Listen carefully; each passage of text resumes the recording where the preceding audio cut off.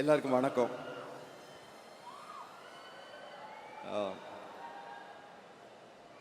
நான் எல்லாருக்கும் நன்றி சொல்லணும்னு நினச்சேன். சிம்பு எல்லாருக்கும் சேர்த்து சொல்லிட்டாரு. ஒவ்வொருத்தரையாக ஸ்பெசிஃபிக்காக ரொம்ப அழகாக சொல்லிட்டாரு. ஸோ அவர் சொன்னதை நான் அப்படியே ஒரு டிட்டோ போட்டு அதை ஃபாலோ பண்ணுறேன். கட் அண்ட் பேஸ்ட்னு எடுத்துக்கோங்க. நான் நன்றி சொல்லணும்னு நினச்சா நான் கே பாலச்சந்தர்கிட்ட இருந்து ஆரம்பிக்கணும். அவர் தான் என்னை சினிமாக்குள்ளே வர்றதுக்கு காரணமாக இருந்தவர்.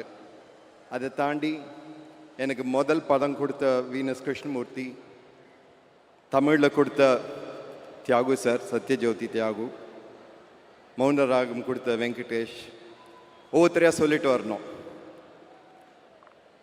ஸோ அது ரொம்ப நேரம் ஆகும். அதனால நான் ரெண்டு பேருக்கு மட்டும் இங்கே நன்றி சொல்ல ஆசைப்பட்றேன். இந்த விழாவோட நாயகனான ஏஆர் ரஹ்மான் அவர்களுக்கு ரொம்ப ரொம்ப ரொம்ப ரொம்ப பெரிய நன்றி sir.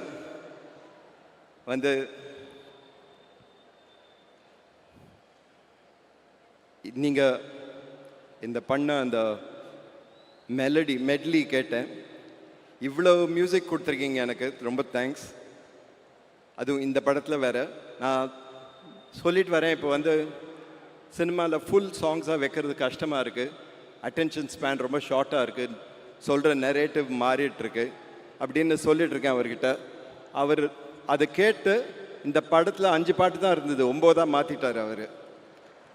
Thank you Rahman, you make my film alive. Thank you very much.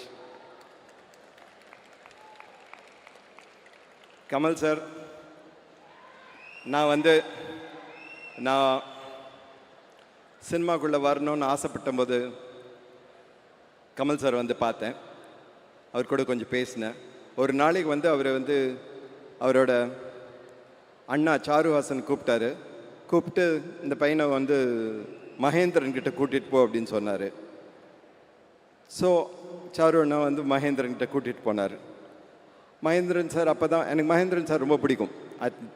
Work பண்ணால் அவர் கூட ஒர்க் பண்ணணுன்னு ஆசையாக இருந்தது. ஸோ அங்கே போயிருந்தேன். அவர் அப்போ தான் ஷூட்டிங்லேருந்து வந்திருந்தார். எங்கன்னா ஷிப்பில் ஷூட் பண்ணிட்டு வந்திருந்தார். சாருவாசன் போய் சொன்னார், இந்த மாதிரி இந்த பையன் அப்படின்னாரு. அவர் அதெல்லாம் விட்டுட்டு, நீங்கள் நான் ஷிப் ஷூட்டிங்லேருந்து வந்துருக்கேன், கொஞ்சம் பியர்லாம் கொண்டு வந்திருக்கேன், சாப்பிட்றீங்களா அவரை கேட்டார். 2 பேரும் உட்காந்து பியர் சாப்பிட ஆரம்பிச்சிட்டாங்க.